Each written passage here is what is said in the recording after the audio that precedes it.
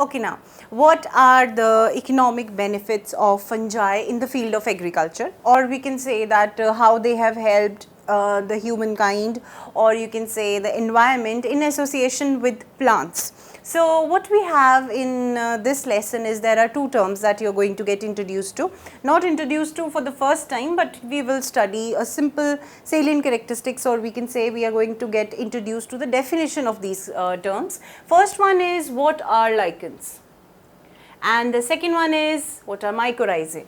Now, in case of lichens, what you have to remember few points.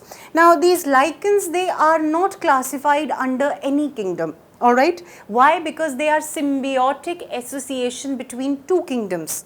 The basic classification does not put lichens under any classification kingdom, because it implies to a symbiotic association of two organisms belonging to two different kingdoms. Now, what are those two kingdoms? One is plant and other is fungi. That is why we study it as a fungi's beneficial form in the plants, or we can say in the environmental upgradation. Now, these lichens are basically the involvement. Which involvement? I just used the word symbiotic.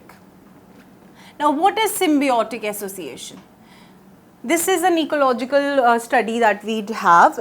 It is part of ecosystems and ecology, where we study that how two organisms are interacting.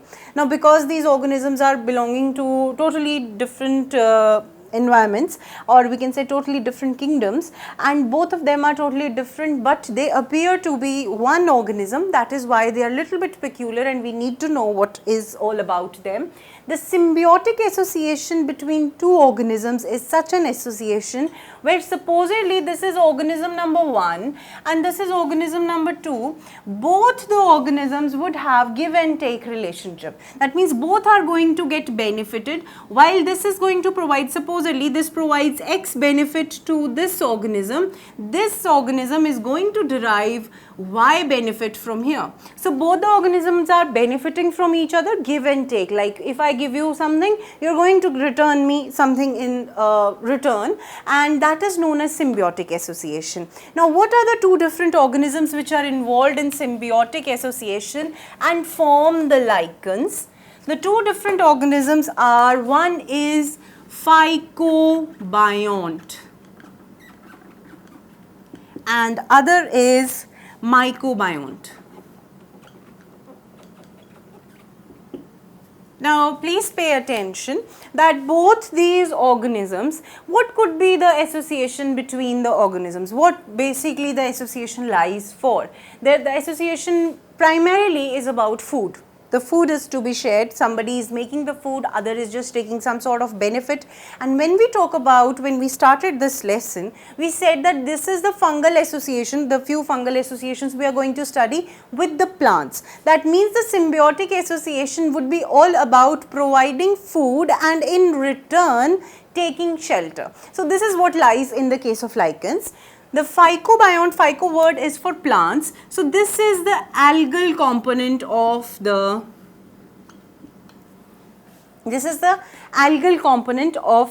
lichens, and myco word is for, phyco word is for algae, myco word is for fungi. So, this is the fungal component. So, what we have is that this is the fungi. Both phycobiont and mycobiont are present in such a manner that you cannot differentiate which one is what, and they have the symbiotic association where the mycobiont takes the benefit of food from the algal part, and in return it is providing shelter to the algal part. Now, one thing might surprise you that these lichens are the pioneers in starting life form at any deserted place. Now, pioneers means the first organisms that would come and inhabit a dry area in which I am referring to rock over here. So, they are pioneers of life forms. They come over there, they start life, and they then add to the nutrient content of the soil, and slowly and steadily the composition of the particular given area, it changes, and the life forms, they gradually increase. That is part of ecology again. But for once, what we have to understand is the basic definition of a lichen. pardon me, not lichen. Basic definition of lichen, that it is having two symbiotic components, that is, one is algae and other is fungi, and both work hand in hand, and we cannot distinguish what is present. Secondly, we have the, now in lichens itself, before going to mycorrhiza, we do have certain classification, further classifications, that is foliose type of lichens, then we have fruticose type of lichens, and then we have crustose type of lichens. You need to remember each name, so I am mentioning it over here. One is crustose, second is foliose, and third one is fruticose. Okay, before we see pictorial representation of each of these, I would want each one of you to search what these are and have a basic idea what these would be before you get to the next lesson, where I am going to discuss pictorially each one of these. Now coming to mycorrhiza, do remember these names. Coming to mycorrhiza, what is mycorrhiza? Again, the name suggests, break the name, easiest thing, you get an idea what the thing is all about. I hope you had written these names, which were crustose, foliose and fruticose types of lichens classification. Now in terms of mycorrhiza, let's break the word again. Now myco stands for fungi, we know that. Rhiza stands for root. Now what is it? It is again a symbiotic association of fungi and root.